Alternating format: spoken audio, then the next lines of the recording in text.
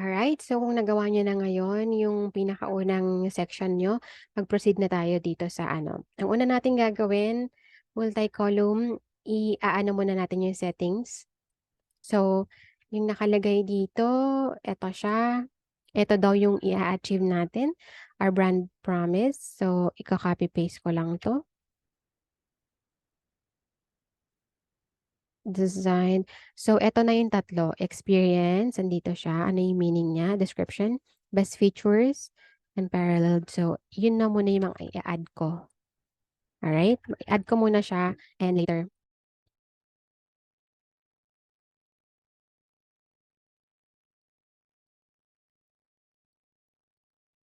Ayan. So, makikita niyo kung paano ko siya ina-add. Kina-copy ko lang.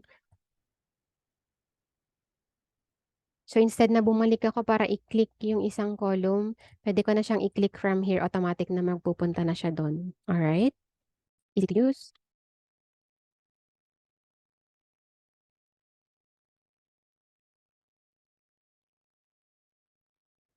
Ayan. So, meron na tayong tatlo. Pero paano naman yan, Des? Eh, dun sa screenshot mo is apat siya. Good question. Good observation. Pwede ka mag-add ng isa pa. Ayan. And, Des, bakit ganun nasa baba yung isa? Tignan natin mamaya kung paano natin i-adjust yan, okay? So, for now, ilalagay lang muna natin yung mga laman.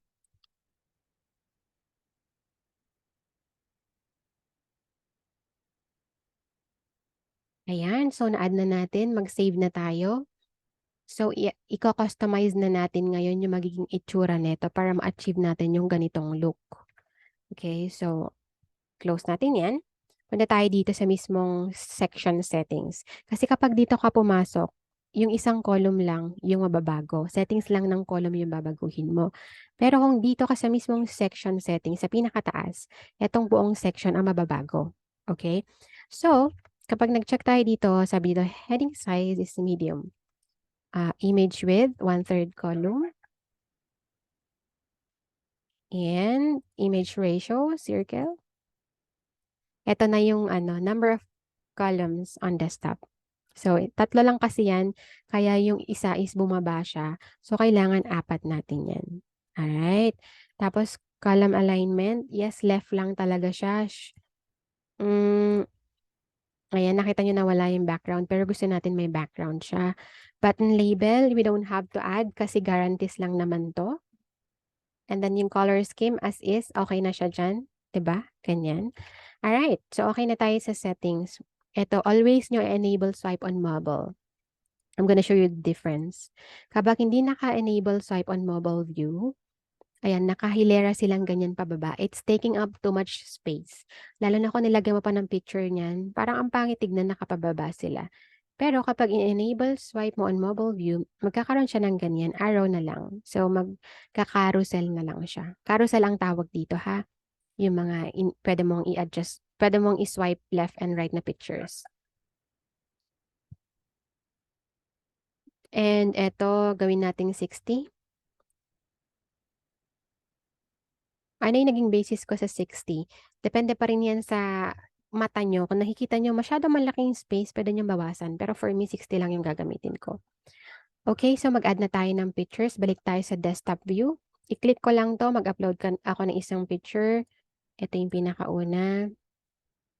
Uulit-ulitin ko lang siya hanggang sa ma-upload ko lahat. So as you can see, medyo mabilis ako, no? Kasi kabisado ko na siya eh.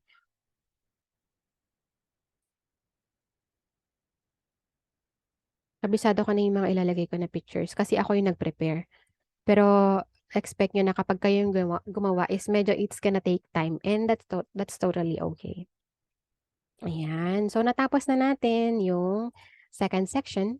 Tingnan natin, hi, compare natin. Tama ba? Mukhang tama naman. So ayan. So gusto nyo imakita kung ano na yung itsura so far na nagawa nyo. Nakasave na yan, i-preview natin. Ayan. Kita mo yung three dots dito. Dito mo siya makikita.